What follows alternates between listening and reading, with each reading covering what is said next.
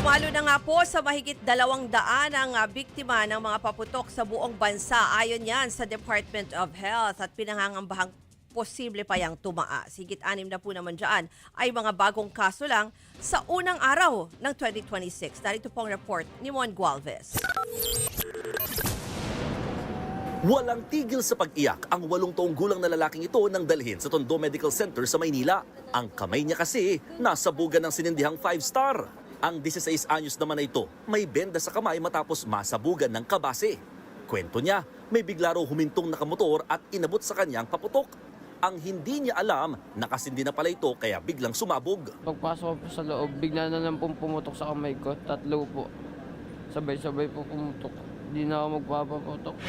Sa Jose R. Reyes Memorial Medical Center naman sa Santa Cruz, Maynila, sunod-sunod din ang pagdating ng mga ambulansya sa kayang iba't ibang pasyenteng nadali ng paputok.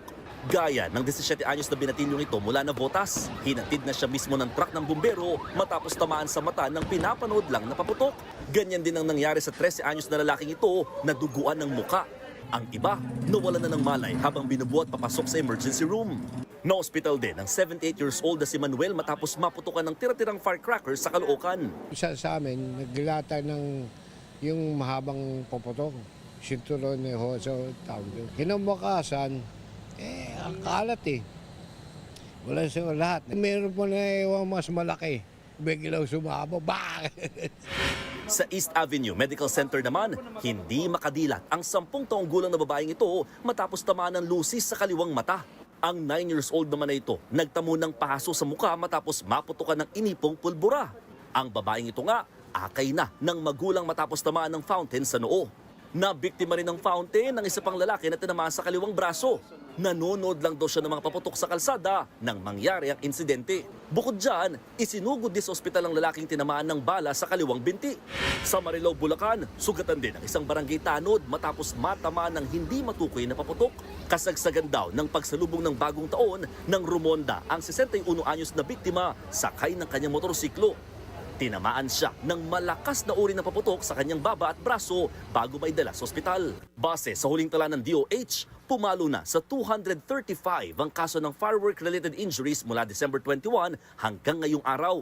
62 rito ay karagdagang kaso na naitala ngayon lamang January 1. 161 o 69% sa mga biktima ay edad 19 anyos pababa. Pinakamarami naman ang nasaktan dahil sa paputok na boga, 5-star at sa mga hindi matukoy na uri ng paputok. Kung ikukumpara sa nakaraang taon, mas mababa raw ang kasong ito ng 42% sa 403 na kaso noong 2025. Pero inaasahan pa raw na madadagdagan ng mga kaso hanggang January 5. Paalala ngayon ng Health Department sa mga naputukan, gaano man kaliit ang sugat ay dapat magpakonsulta sa pinakamalapit na ospital upang maiwasan ang tetano. Ang mga sintomas ay hindi lumalabas hanggang mga 8 araw at maaari itong ikamatay. May bakuna laban sa tetanus na makukuha sa mga ospital. nagbabalita mula sa frontline, Mon Gualvez, News 5. Mga kapatid, ako po si Ruth Cabal. Dito tayo sa totoo, dito tayo sa True FM.